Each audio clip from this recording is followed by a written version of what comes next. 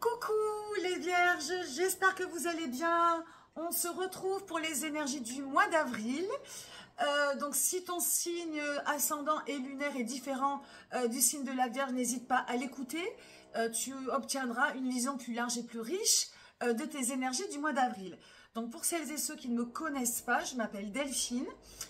Voilà, je m'intéresse au tarot depuis le confinement. Je ne vais pas trop détailler le pourquoi du comment. Dans les vidéos de février, je développe un tout petit peu plus pourquoi j'en suis arrivée là. Si ça t'intéresse, tu peux visionner n'importe quelle vidéo et voilà, j'en parle au début. Mais là, je vais plutôt te parler, de faire une petite intro sur le concept de pourquoi j'utilise le tarot, à quoi ça sert. Le tarot, pour moi, est un excellent outil de connexion à soi, de connexion à nos émotions, de connexion à notre âme, à notre mental. Voilà, ça vient nous apprendre à vivre en conscience. Ça vient nous connecter dans l'ici et maintenant. Pour moi, je trouve primordial de s'accorder du temps pour soi. On est toujours trop pressé de connaître l'avenir, d'être dans l'avenir. On est dans demain, on est dans après-demain, on est dans plus encore parfois. Et on peut être aussi très nostalgique, très bloqué sur le passé, en se disant que c'était mieux avant, ou en restant bloqué sur un chagrin, etc. etc. Mais dans l'ici et maintenant, on a du mal. On a du mal et puis souvent on scrolle, on est toujours connecté à nos réseaux et tout ça, ça prend beaucoup d'énergie. Donc déjà, de prendre un temps, voilà, aujourd'hui tu t'accordes du temps pour toi en m'écoutant, donc déjà tu peux te remercier et je te remercie pour cela. Donc ces cartes, voilà, je vais te présenter une histoire, je vais te raconter une histoire, il y aura 3-4 cartes évolutives, donc il y a peut-être plus une carte qui va te parler, plus une autre. Moi, je vais te raconter une histoire et peut-être que ça va venir ouvrir des portes. Donc, laisse-toi aller. Tu vas peut-être divaguer. Ça va peut-être venir ouvrir des portes. Et tout ça, c'est très bien. Donc, c'est pour éviter de tomber dans certains pièges ou de comprendre pourquoi on tombe dedans. Ça vient donner du sens, de l'intensité à ta vie. Ça vient aider à te comprendre, à comprendre l'autre. On peut décliner. Voilà, il y a beaucoup de raisons. Et chaque mois, je vais te proposer comme ça une histoire qui va peut-être raconter ton mois d'avril ou ton mois de mai ou ton mois de juin. Et en tout cas, j'espère que cet exercice, parce qu'en fait, c'est un exercice de concentration, un exercice qui va t'arrêter un petit peu sur toi et sur ta vie. Et voilà, et ça va peut-être t'aider à donner du sens et à ouvrir certaines portes. En tout cas, c'est ce que je souhaite. Pour terminer, je te remercie, on est de plus en plus nombreux, on est plus de 530 abonnés sur ma chaîne. Donc merci pour tes likes, merci de me soutenir avec parfois des petits commentaires. Voilà, sache que ça me touche énormément, mais vraiment. Voilà, au-delà que ça fait du bien à ma chaîne, c'est surtout que ça me fait du bien à moi et ça m'encourage à continuer. Donc pour tout ça, merci. On va pouvoir commencer. Le jeu pour ce mois d'avril, c'est le Supernova Tarot. C'est un jeu hyper branché. Et je trouve que pour commencer la nouvelle année astrologique, le mois du bélier, pardon, on est dans la saison des béliers, je trouve que c'est super. Alors, une petite parenthèse astrologique, je ne suis pas astrologue, mais je m'intéresse énormément à l'astrologie. Et j'aime bien un peu fusionner, en tout cas m'en inspirer. On avait jusqu'alors des planètes qui rétrogradaient et qui nous ont fait ralentir, notamment dans le cœur, les émotions, nos valeurs, hein, c'est Vénus qui a rétrogradé. Mercure, le mental, notre communication, notre esprit, notre manière de bouger. Et ces deux planètes reprennent une marche normale au moment où tu vas, quoique non, ça dépend quand est-ce que tu m'écoutes. Des planètes lentes vont rentrer également dans le signe du bélier, donc on va retrouver un peu d'activité, un peu d'action. Ça sera peut-être pas ouf encore, mais il va y avoir un peu plus d'élan. Le bélier est un signe fougueux, passionné, courageux, il ouvre plein de portes, donc il y a vraiment cette sensation en tout cas d'aller de l'avant qui peut se faire sentir. On va quand même parler d'une autre histoire, celle qui te concerne, vierge ou pas, pour ce mois d'avril. 7 de coupe. 7 de coupe, c'est la carte thème, l'inspiration, la couleur de ce mois d'avril. Alors, le 7 de coupe dans le tarot de Marseille, c'est la générosité, le côté humain. Le 7, on a besoin de partager ses émotions, de partager l'amour autour de soi, de le diffuser. C'est la polarité positive. C'est vraiment le côté humaniste et généreux de la carte. Sur cette carte, c'est plutôt la polarité inverse qui peut donner envie d'être tenté. Hein, c'est un peu les 7 péchés capitaux dans le sens inverse. Les 7 peuvent être très bons, très généreux, très empathiques. C'est ça hein, aussi, le 7 de coupe, c'est la compassion, la gentillesse. C'est vraiment quelque chose qu'on va diffuser. L'empathie, compassion, je l'ai dit.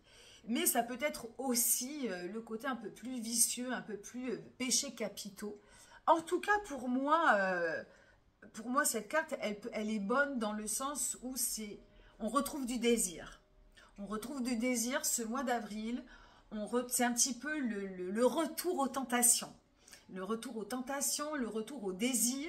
Et juste dans cet élan de cœur qui s'ouvre finalement aux autres, à ce qui se passe autour de soi, je trouve que c'est bon. Parce qu'il y a la Vierge a été très challengée, surtout pendant la pleine lune, le 14 mars, qui était doublée d'une éclipse, et qui a demandé de faire un peu moins de Vierge et un peu plus de Poisson, un peu moins de prise de tête, un peu moins d'analyse, un peu moins de perfectionnisme, et un peu plus de lâcher prise, etc. Donc, je pense que tu as dû être peut-être un petit peu chamboulé. Et pour moi, ce 7 de coupe vient un peu plus de nouveau t'ouvrir à la notion de plaisir, d'amour, de générosité, voilà, de choses qui se passent un petit peu à l'extérieur. Donc ça, c'est bien à en prendre conscience pour globalement le mois d'avril. Le début du mois, et c'est un petit peu aussi la fin du mois de mars, c'est le 9 d'épée.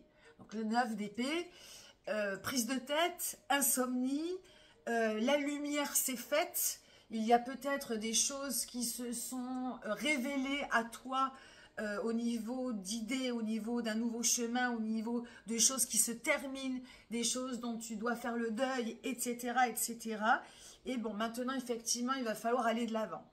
Le 9 d'épée peut avoir tendance à mettre de la poussière sous le tapis. C'est-à-dire que la lumière se fait, on la voit, on dit « Ah, ça y est, j'ai compris, tatati, tatata », mais hop, c'est comme si, voilà, on vous ouvre la porte, ah, révélation, voilà, miracle, on comprend plein de choses, et puis on referme la porte. On ne laisse pas la lumière se diffuser, on ne laisse pas les choses s'imprégner, on referme la porte. Donc, attention à... alors, on peut aussi, pour l'instant, mettre en stand-by, et puis vaquer à ses occupations, hein, notamment, voilà, aller... balbutier, butiner, on profite du printemps, etc. Mais attention à cette carte qui peut revenir. Hein. D'ailleurs, elle n'est pas très gaie, hein. On est un petit peu comme emprisonné. Pourtant, le 9 d'épée dans le tarot de Marseille, ça peut être très bon, très beau. Puisqu'après, et c'est ce qui est quand même assez fou sur ta lecture, après l'épée vient la coupe. Donc, je vais en parler tout de suite. Ça ne sert à rien que je reste trop de temps. Ce qui est bon, c'est que de cette période, il y a quelque chose de positif à garder. Et je pense qu'il va falloir garder cette lumière en soi pour enfin réouvrir les vannes de son cœur. Mi-avril, c'est l'as de coupe. Et normalement, après le cheminement de l'épée, donc c'est l'épée, évidemment, dans le langage du tarot, c'est tout ce qui concerne le mental, la communication, notre intellect, notre esprit, notre tête, notre pensée, etc. Une fois qu'on a fini le parcours du mental, eh bien, on ouvre son cœur. On arrive à avoir donc fait naître des sentiments, fait naître l'émotion. Et là, c'est un as de coupe, c'est tout le potentiel, toute la force de l'amour. Hein. Les vannes émotionnelles coulent à flot, et donc c'est vraiment propice. Hein, donc là, il y a quand même une espèce de logique dans tout ça, dans ta lecture. Et donc là, il y a, voilà, j'ai presque envie même de parler d'un lâcher prise, c'est-à-dire qu'on va lâcher, on va abandonner les prises de tête et tout ce qui concerne un petit peu ton esprit d'analyse et d'organisation pour, on lâche, enfin vivre, rencontrer, parler, communiquer, vivre avec les autres, voilà, c'est très très bon pour faire des rencontres, très très bon pour communiquer, très très bon pour partager. Je regarde ce que j'ai noté peut-être en plus, que tu auras d'ailleurs sur Insta et Facebook aussi. Voilà, c'est un joli moment à accueillir la vie, s'accorder le temps d'aimer, de s'aimer avant tout. Et peut-être surtout. Voilà, c'est pour ça que je relis, parce que des fois, ce que je lis est différent de ce que je tourne en vidéo. Et là, ce qui est important, c'est d'accueillir, de revenir à de l'amour pour soi. De te faire du bien, quoi.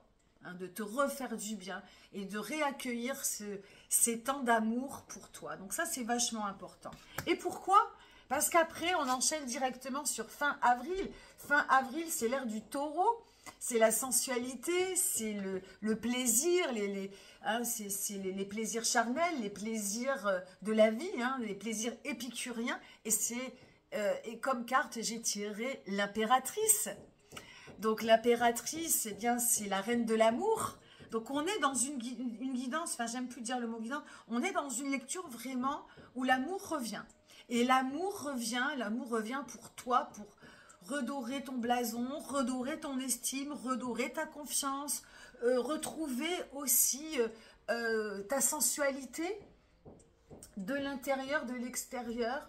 Hein, l'impératrice, c'est un retour aussi à la créativité, à retrouver de la connexion avec soi, avec les autres, de vraiment retrouver presque un sex appeal, pourquoi pas, hein, c'est toi qui vois, c'est à toi d'observer le plaisir de la vie, le plaisir des moments, le plaisir d'être bien dans la nature, d'observer, en plus voilà, on est dans le début du printemps, donc c'est, hein, ça bourgeonne autour de soi, c'est les couleurs, le changement de saison, c'est aussi le changement d'alimentation, on retrouve nos belles salades, enfin ce que tu aimes, il y a de quoi apprécier la vie, et je crois que là, tu mérites un petit peu de réapprécier la vie. Donc, j'ai terminé cette lecture en disant de faire quand même attention aux excès, mais bon, tu sauras si tu es dans l'excès ou pas, puisqu'il y a quand même ce 7 de coupe qui peut être très bénéfique s'il est généreux, sain, s'il vient vraiment s'ouvrir aux autres. Attention à, voilà, donc quand je parle du retour aux tentations, à ne pas être trop dans les excès de certaines choses, voilà, de trop de gourmandise, trop voilà, on n'est jamais trop gourmand, j'ai envie de te dire, mais bon, voilà. Et puis, de faire attention pour l'instant, voilà, on lâche prise. On lâche prise, mais on n'abandonne pas ce que cette lumière est venue t'apporter, voilà. Parce qu'il y a vraiment toujours, il faut toujours se servir un mal pour un bien. Et la lumière qui s'est faite, il faut la garder en soi pour mieux la développer. Mais je pense que clairement, ce mois d'avril, elle est là, la lumière. Elle est là. Et elle est là et elle brille vraiment fin avril. Voilà, amis vierges, je vais m'arrêter là pour ne pas faire trop long. Merci de m'avoir écouté. Passe un joli mois d'avril. On se retrouve pour la lecture du mois de mai. Bye bye.